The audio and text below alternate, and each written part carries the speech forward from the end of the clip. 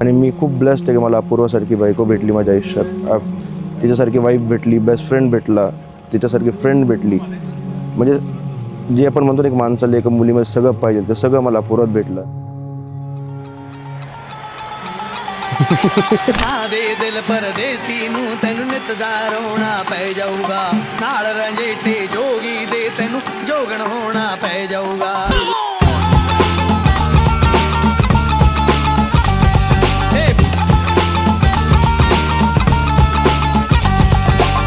दे दिल परदेसी नू तेनू नित दा रोना पै जाऊगा नाल रंजेठे जोगी दे तेनू जोगण होना पै जाऊगा.